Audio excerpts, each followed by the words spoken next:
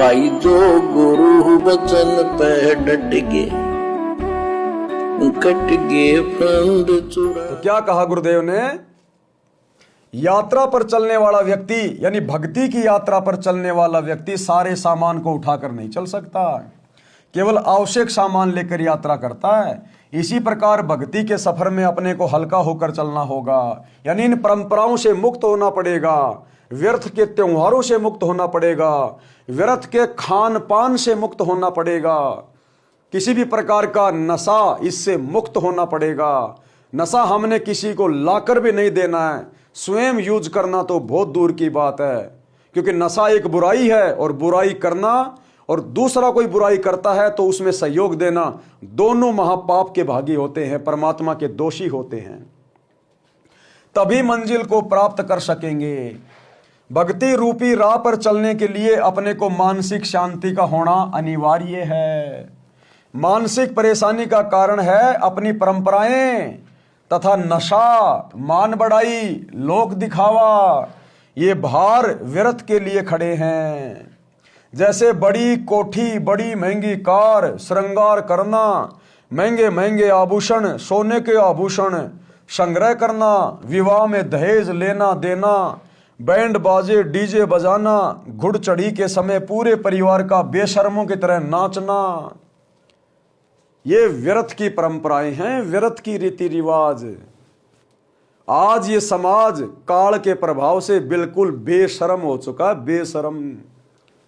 अरे पहले के समय में, आज से 150 साल पहले हमारी माता बहनें कितनी शर्म में रहा करती थी, अपनी इज्जत का, अपने घर की इज्जत का कितना ख्याल रखा करती थी। और आज इंसान इतना बेशर्म हो चुका है, अपनी बहन बेटी की शादी में, अपने बेटों की शादी में, आड़ोसी पड़ोसियों की शादी में, गांव गली में खड़ा होकर नाचता है। उनकी बहन बेटियां सरेआम सबके सामने नाचती हैं। अरे पहले के समय में तो वेश्याएं भी बंद कोठों में मुजरा किया करती थी, बंद कोठों में 5 व्यक्तियों के सामने। और आज सरेआम हमारी बहन बेटियां ब्याह शादी विवाह में गांव की गली में डीजे पे डांस कर रही हैं। क्या कहेंगे आप उनको? एक शादी में, एक लड़के की शादी, और उस शादी में उसकी मां भी नाच रही है, उसकी बुआ भी नाच रही है, क्योंकि लड़के की शादी में विशेषकर जब उसकी मां नाचना शुरू करती है तो साथ में उसकी बहू भी नाचती है, साथ में उसकी बहन और उसकी देवरानी, जेठानी, उसकी ननद सभी नाचने लग जाती हैं। तो ऐसे ही किसी गांव में एक लड़के की शादी थी और गाना बज रहा था, आज मेरे यार की शादी है, आज मेरे यार की शादी है। और उस गाने पर जिस लड़के की शादी थी उसकी माँ भी नाच रही है, उस लड़के की बहन भी नाच रही है, उसकी बुआ भी नाच रही है। और गाना क्या चल रहा है? आज मेरे यार की शादी है। बताओ, वो माँ कह रही है कि आज मेरे यार की शादी है, वो बहन कह रही है आज मेरे यार की शादी है। अब बताओ, ये बेशर्मी नहीं तो और क्या है? अरे किसकी शादी है, क्या गाना चल रहा है, उस गाने पे मस्ती में नाच रही है।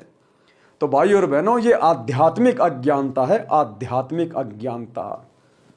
ये थोड़े बहुत समय का झूठा सुख है, झूठा आनंद है।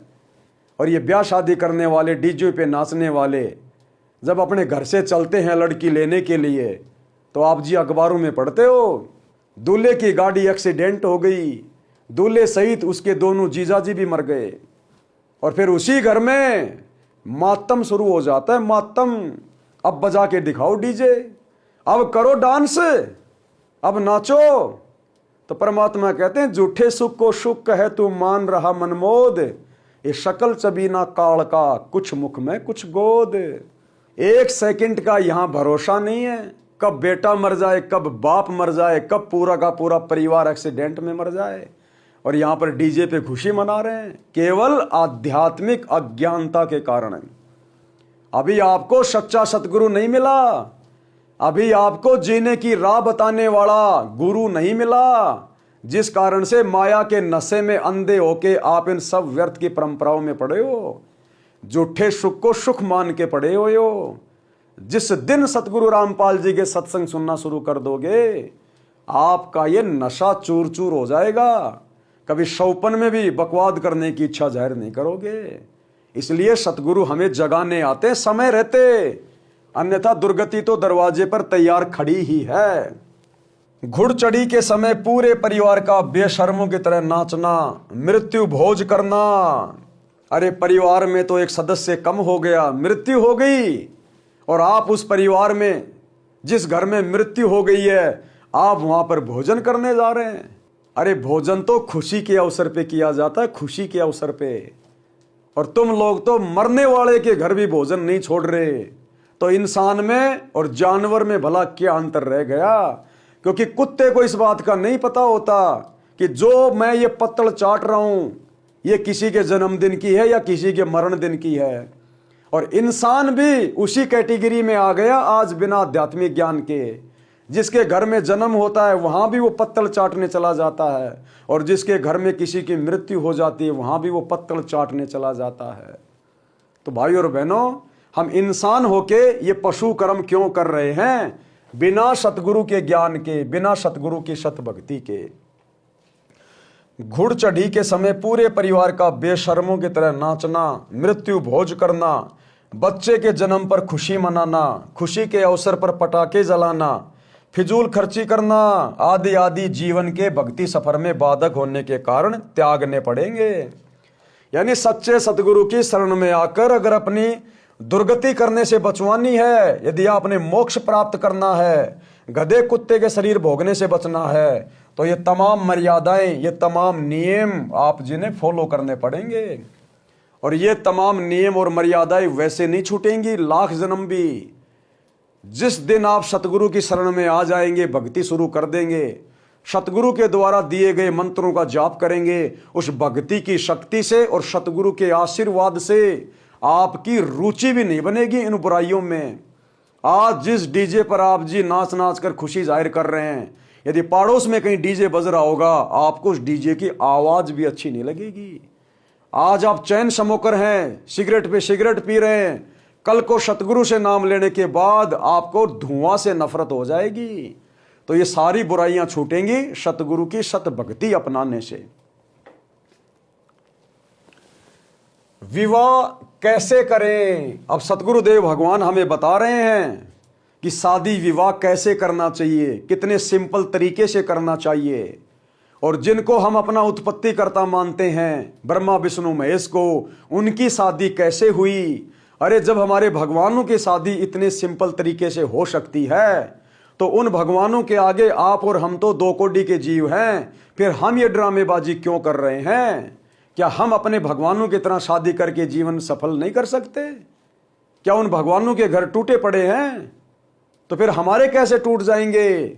लेकिन ये व्यर्थ की परंपरा, ये व्यर्थ की बुराइयां हमने इस संसार में आध्यात्मिक सत्य ज्ञान के बिना ग्रहण कर ली। विवाह कैसे करें? जैसे श्री देवी दुर्गा जी ने अपने तीनों पुत्रों श्री ब्रह्मा जी, श्री विष्णु जी तथा श्री शिव जी का विवाह किया था। इसी पुस्तक में आगे पढ़ेंगे, मेरे यानी लेखक के अनुयायी ऐसे ही करते हैं। यानी सतगुरु रामपाल जी के भगत सांसारिक तरीके से शादी विवाह नहीं करते। ये व्यर्थ का नाचना गाना, डीजे बनाना, दुनिया भर की बारात इकट्ठा कर देना, दहेज लेना देना, सोने चांदी के गहने बनवाना, उनको पहनना, ये तड़क भड़क वाले कपड़े पहनना, पंडित बुलवाना, ये सब कुछ सतगुरु रामपाल जी के भगत नहीं करते हैं। हम वैदिक विधि से, सनातनी विधि से अपने बच्चों का विवाह करते हैं। केवल 17 मिनट की एक वैदिक विधि है जिसमें सभी देवी देवताओं का आह्वान किया जाता है, उनकी स्तुति की जाती है रमेणी के माध्यम से। और ये वो विधि है जिस विधि से 33 करोड़ देवी देवता भी उन पर प्रसन्न रहते हैं। कभी उनके घर में अमंगल नहीं हो सकता, उनके वैवाहिक जीवन में कभी कोई संकट नहीं आ सकता, क्योंकि हमने सनातनी विधि से, वैदिक विधि से अपने बच्चों का विवाह संस्कार किया है, जिस वैदिक विधि से श्री दुर्गा जी ने अपने तीनों बच्चों का विवाह किया था। मेरे यानी लेखक के अनुयायी ऐसे ही करते हैं। 17 मिनट की असुर निकंदन रमेणी है। फेरों के स्थान पर उसको बोला जाता है। जो करोड़ गायत्री मंत्र, कौन सा गायत्री मंत्र? भूर्भुवस्सुः तत्सवितुर्वरेण्यं भर्गो देवस्य धीमहि धियो यो नः प्रचोदयात्, जो कि करोड़ों गायत्री मंत्र से उत्तम तथा लाभदायक है। और जो गायत्री मंत्र वर्तमान में समाज में प्रचलित है, ओम भूर्भुवस्सुः, ये वाला, ये गायत्री मंत्र भी कंप्लीट नहीं है। इसके साथ भी हमारे ज्ञानहीन धर्म गुरुओं ने छेड़छाड़ कर रखी है। ये गायत्री मंत्र यजुर्वेद अध्याय 36 का मंत्र नंबर 3 है, जिसके पहले ओम शब्द नहीं लगा हुआ है। लेकिन हमारे ज्ञानहीन धर्म गुरुओं ने इस गायत्री मंत्र से पहले, जो कि परमात्मा की महिमा का मंत्र है, इससे पहले इस काल का ओम नाम लगा दिया। अरे जहां पर प्रधानमंत्री की महिमा का गुणगान हो रहा हो, और यहां यदि किसी राज्य के मुख्यमंत्री का नाम ले लिया जाए तो वो प्रधानमंत्री नाराज होता है कि बड़ाई तो मेरी की जा रही है और नाम लिया जा रहा है मुख्यमंत्री का। तो ये जो गायत्री मंत्र है, ये पूर्ण परमात्मा कबीर देव की महिमा का मंत्र है। यजुर्वेद अध्याय 36 मंत्र 3। और हमारे ज्ञानहीन धर्म गुरुओं ने वेद पढ़े पर भेद न जाने, ये बादशाह पुराण 18, और पत्थर को भगवान कहे, ये भूल गए सिरजनहारा। इन्होंने परमात्मा की महिमा के मंत्र से पहले और शैतान का, इस काल का ओम मंत्र लगा दिया और गायत्री मंत्र बना के समाज में पेश कर दिया। ओम भूर्भुवस्सुः तत्सवितुर्वरेण्यं भर्गो देवस्य धीमहि धियो यो नः प्रचोदयात्। ये जानकारी भी इस पूरी पृथ्वी पर वर्तमान में, कि वर्तमान में समाज में प्रचलित गायत्री मंत्र गलत है, आधा अधूरा है। इसके साथ ओम शब्द लगाने से ये अपना वो काम भी नहीं करेगा जो थोड़ा बहुत ये करता है। तो जो रमेणी पद्धति से, वैदिक विधि से, सनातनी विधि से सतगुरु रामपाल जी के फॉलोवर अपने बच्चों का संबंध जोड़ते हैं, विवाह करते हैं, जिसमें कोई आडंबर नहीं, कोई पाखंड नहीं, ना कोई 7 फेरे लिए जाते, ना किसी घोड़ी पे बैठ के जाया जाता, ना कोई डीजे या बैंड बाजा बजाया जाता, दहेज के नाम पर ना 1 रुपया लिया जाता ना दिया जाता, बारात के नाम पर पाखंड नहीं किया जाता, 5 आदमी इधर से 5 आदमी उधर से, और लड़की को उन्हीं कपड़ों में अपने घर पर लाया जाता, अपनी बेटी बना के, सतगुरु के आशीर्वाद से। तो ये है वो वैदिक पद्धति। इसमें कोई आडंबर नहीं करना होता है और पूरा जीवन वो माता बहनें सुखमय तरीके से व्यतीत करती हैं, क्योंकि उन्होंने परमात्मा को और 33 करोड़ देवी देवताओं को प्रसन्न करके अपना वो संस्कार संपन्न किया है। तो गुरुदेव कह रहे हैं कि जिस 17 मिनट की असुर निकंदन रमेणी से सतगुरुदेव भगवान के फॉलोवर अपने बच्चों का विवाह संपन्न करते हैं, वो रमेणी जो करोड़ों गायत्री मंत्र ओम भूर्भुवस्सुः से उत्तम तथा लाभदायक है, जिसमें विश्व के सर्व देवी देव तथा पूर्ण परमात्मा का आह्वान तथा स्तुति प्रार्थना है, जिस कारण से सभी शक्तियां उस विवाह वाले जोड़े की सदा रक्षा तथा सहायता करते हैं। इससे बेटी बची रहेगी, जीने की राह सुगम हो जाएगी। विवाह में प्रचलित वर्तमान परंपरा का त्याग। विवाह में व्यर्थ का खर्चा त्यागना पड़ेगा। अगर आपने सतगुरु से नाम उपदेश लेना है ज्ञान समझने के बाद, देखो सबसे पहले तो आपने ज्ञान समझना पड़ेगा। चाहे सतगुरु की कोई पुस्तक पढ़िए या सतगुरु के टीवी चैनल पर सत्संग सुनिए या मोबाइल पर सत्संग सुनिए। 2, 4, 5 महीने सत्संग सुनने के बाद यदि आपको लगता है कि मुझे सतगुरु रामपाल जी से उपदेश लेना चाहिए, तो उपदेश लेने से पहले आपने उनके नियमों को, मर्यादाओं को भली भांति पढ़ लेना चाहिए, समझ लेना चाहिए, तभी आपकी भक्ति सफल हो पाएगी। तो शादी विवाह में हमने ये इन व्यर्थ के खर्चों से बचना पड़ेगा। ये परंपराएं हमने त्यागनी पड़ेंगी। विवाह में व्यर्थ का खर्चा त्यागना पड़ेगा। जैसे बेटी के विवाह में बड़ी बारात का आना, दहेज देना ये व्यर्थ परंपरा है। 100, 200, 500 आदमियों की बारात इकट्ठी कर दी जाती है। अरे वो बेचारा गरीब बेटी का बाप वो बड़ी मुश्किल से अपने कलेजे की कोर को, अपने कलेजे के टुकड़े को आपको दे रहा है, जिसको 18-20 साल से पाल पोस के बड़ा किया। अरे इससे ज्यादा और क्या लोगे उससे? कसाई हो क्या कसाई? 20 साल से अपने कलेजे के टुकड़े को पाल पोस के तुम्हें दे रहा है और ऊपर से तुम दहेज की डिमांड कर रहे हो, गाड़ी की डिमांड कर रहे हो, कपड़ों की डिमांड कर रहे हो, जेवरात की डिमांड कर रहे हो। ये चुकाना पड़ेगा गधा बन के अगले जन्म में। ये कर्जा चढ़ रहा है, कर्जा। अरे आपने अपने बेटे की शादी करनी है। आपके घर में कितने सदस्य हैं? आप हैं, आपकी पत्नी है, आपका 1 या 2 बेटा है, 1-2 बेटी होंगी, आपके माता पिता होंगे, आप 5-7 सदस्य हैं। ऑलरेडी आप अपने घर में रह रहे हैं, नहा रहे हैं, खा रहे हैं, पी रहे हैं, सो रहे हैं। अब आप अपने बेटे की शादी कर रहे हैं। शादी करके आप क्या लाएंगे? एक लड़की। क्या उस एक लड़की के लिए आपके इतने बड़े परिवार में, इतने बड़े घर में सोने के लिए एक चारपाई नहीं है? क्या उस बेटी के पहनने के लिए कपड़े नहीं है? क्या उस बेटी के खाना खाने के लिए एक थाली, एक गिलास, एक कटोरी, एक चम्मच नहीं है? फिर क्यों व्यर्थ में दहेज लेकर अपने ऊपर भार चढ़ा रहे हो? अरे घर में कभी रिश्तेदार आ जाते हैं तो उनके लिए हम बाजार से बेड खरीद के लाते हैं क्या? जब रिश्तेदार घर पर आते हैं तो उनके लिए हम नया फ्रिज खरीद के लाते हैं क्या? जब रिश्तेदार आते हैं तो उनके लिए हम कोई महंगी महंगी वस्तुएं खरीद के लाते हैं क्या? नई बेडशीट, नई रजाई, नई गद्दा, हम कुछ खरीद के लाते हैं क्या?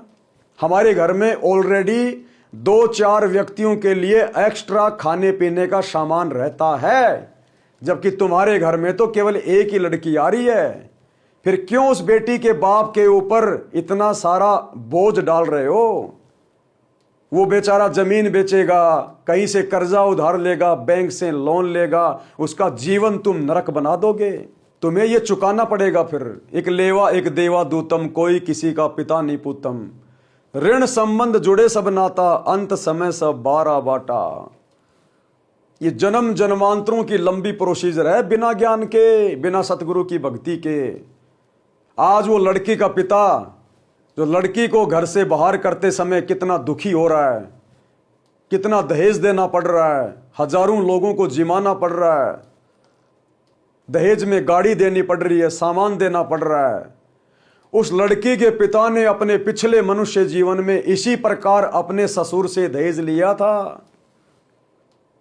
शादी करते समय इसी प्रकार से दहेज लिया था, जो आज उसको चुकाना पड़ रहा है। और आज जो लड़का दहेज ले रहा है, कल को जब वो अपनी बेटी को पराई करेगा, उसने भी इसी प्रकार से दहेज देना पड़ेगा। क्योंकि समाज में आम धारणा है जितना लिया है उतना तो देना पड़ता है। तो भाई हम लेंगे नहीं तो देना नहीं पड़ेगा, ना इस जन्म में ना किसी अगले जन्म में।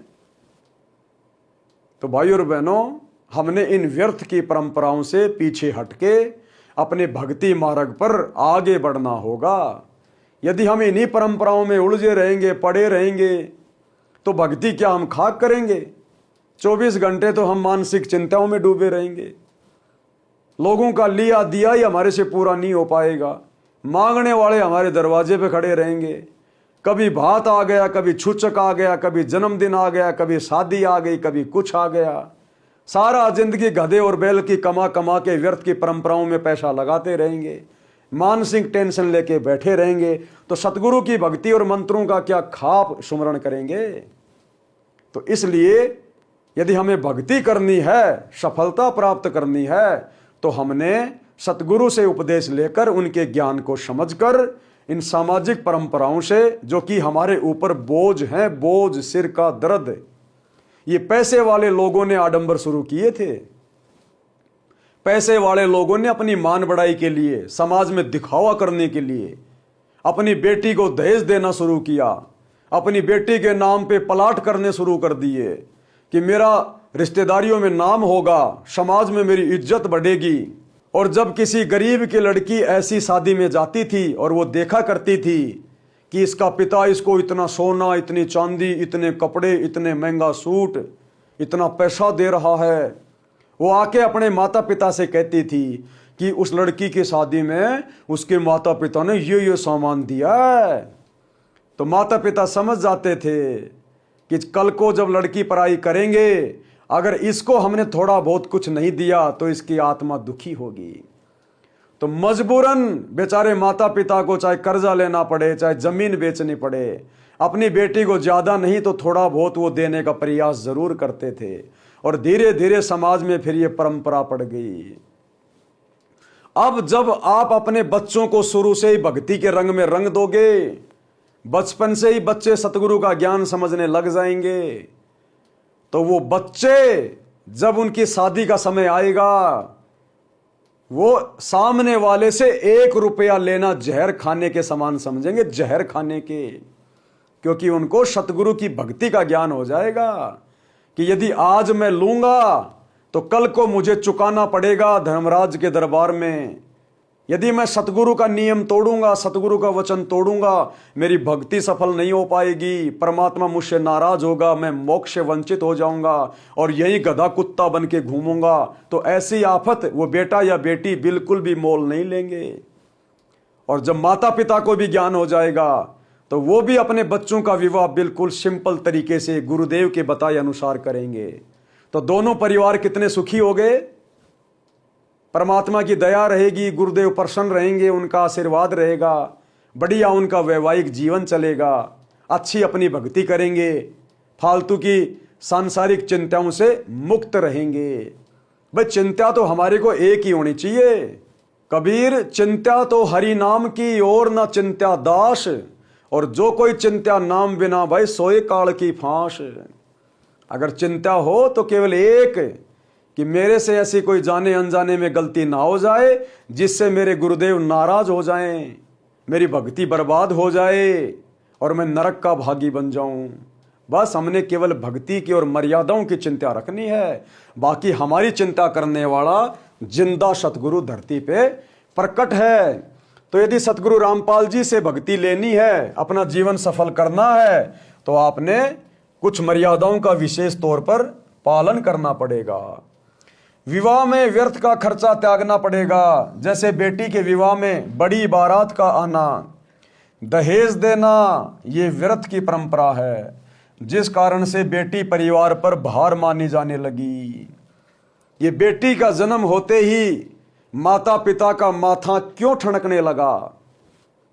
क्योंकि समाज की व्यर्थ की परंपराओं के कारण कि भैया बेटी पैदा हो गई, ये तो 10 लाख का खर्चा पैदा हो गया। माता पिता बड़े दुखी हो जाते हैं और सोचते हैं भगवान एक बेटा हो जाए, बेटा हो जाए। तो जब हम इस प्रकार की परंपराओं का निर्वाह नहीं करेंगे, अरे हमें खाने के लिए समाज थोड़ी दे रहा है। कल को भूखे मरेंगे, समाज वाले हमारे घर पर अनाज की बोरियां डाल के जाएंगे क्या? हम समाज को देख के क्यों चलें? समाज को देख के चलेंगे तो हम मोक्ष प्राप्त नहीं कर पाएंगे, आत्म कल्याण नहीं करवा पाएंगे। आप जियो ने मीराबाई की कथा सुनी होगी। मीराबाई ने अपनी आत्मा का कल्याण देखा, मीराबाई ने समाज नहीं देखा, मीराबाई ने रिश्तेदार नहीं देखे। मीराबाई को अपने गुरुजी की आज्ञा, अपने गुरुजी का वचन दिखाई दे रहा था। और आज वो मीराबाई जो उस समय, जिस समय समाज में जाति प्रथा कितनी भयंकर थी, मीराबाई राजपूत समाज से थी और चमार जाति से रविदास जी से नाम उपदेश लेके मीराबाई ने अपनी भक्ति की। लोग पता नहीं क्या क्या ताने मारे करते थे, चमार से नाम ले लिया, समाज में बदनामी करवा दी, सत्संग में जाती है, लोग हमें क्या क्या कहते हैं। मीराबाई को कितना परेशान किया गया उनके परिवार के द्वारा, लेकिन मीराबाई ने हार नहीं मानी। मीराबाई ने हर प्रकार से समाज से संघर्ष किया और मीरा ने कहा यदि आज मैं भक्ति नहीं करूंगी और समाज की लोकलाज और दबाव में आके अगर मैंने भक्ति छोड़ दी या मर्यादा तोड़ दी, तो कल को मरने के बाद जब मैं कुतिया बनूंगी तो समाज मेरा क्या करेगा? और आज वो मीराबाई सफल हुई। आज उस मीराबाई का नाम है। जब जब मीराबाई का नाम आता है तब तक सीने में असीम शांति होती है। अगर वो मीराबाई उस समय समाज के दबाव में आ जाती, परिवार के दबाव में आ जाती, समाज की परंपराओं का उसी प्रकार से निर्वाह करती रहती, आज मीराबाई का कोई नाम भी नहीं जानता, नाम भी। तो भाई और बहनों, हमने भक्ति मार्ग पर पहले हो चुके महापुरुषों के जीवन को देखकर भी प्रेरणा लेकर हमने भक्ति मार्ग पर आगे बढ़ना होगा। विवाह में व्यर्थ का खर्चा त्यागना पड़ेगा। जैसे बेटी के विवाह में बड़ी बारात का आना, दहेज देना, ये व्यर्थ परंपरा है, जिस कारण से बेटी परिवार पर भार मानी जाने लगी और उसको गर्भ में ही मारने का सिलसिला शुरू है, जो माता पिता के लिए महापाप का कारण बनता है। बेटी देवी का स्वरूप है। हमारी कुपरंपराओं ने बेटी को दुश्मन बना दिया। अरे गुरुदेव बताते हैं कि बेटी तो बिल्कुल गाय होती है, गाय इतनी अच्छी आत्मा की होती है। जब बुढ़ापे में निकम्मी औलाद, निकम्मे बेटे अपने माता पिता का साथ छोड़ देते हैं, तो बेटी फिर भी ससुराल से आकर उनको संभालती है, अपने साथ लेके जाती है। बेटा बेटी दोनों खाना खा रहे हैं, माता पिता उस बेटे को कहेंगे भैया वो सामान लेके आना, वो उठे ना उठे, वो कह देगा ये चली जाएगी, मैं रोटी खा रहा हूं। वो बेटी बेचारी कहते ही तुरंत उठकर खाना छोड़कर हाथ धोकर आपको सामान ला के पकड़ा देगी।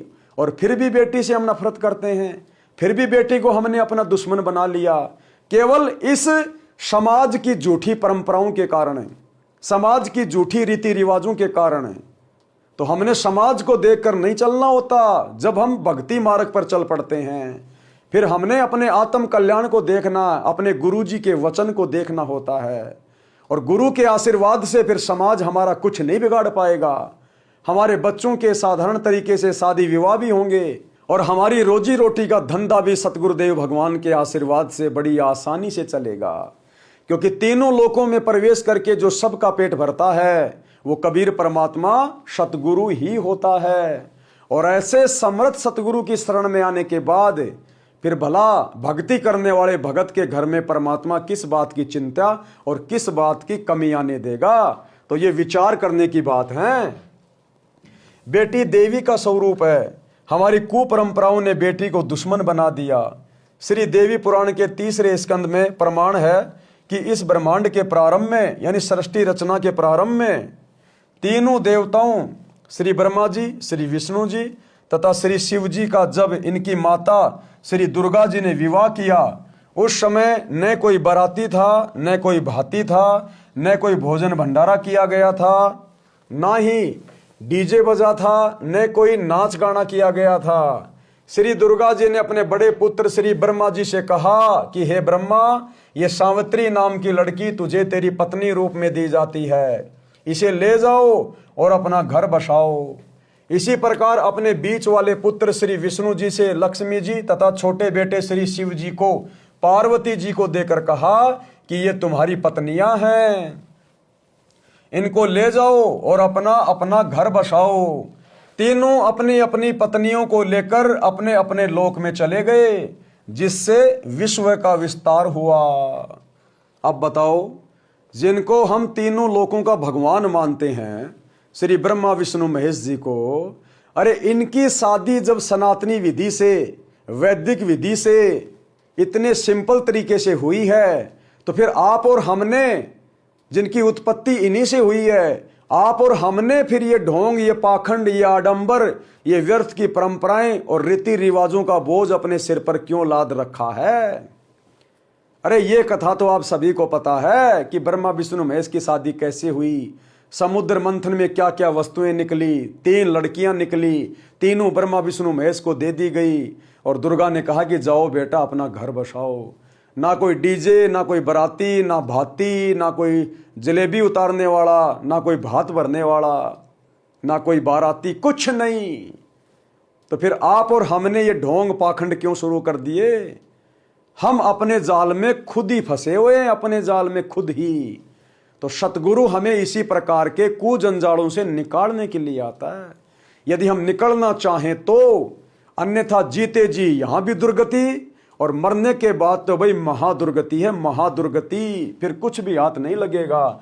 तो समय रहते सतगुरु के सत्संग सुनना शुरू कर दीजिए। भाई जो गुरु वचन पे डट गए, कट गए फंद 84 के, कट गए फंद 84 के, कट गए फंद 84।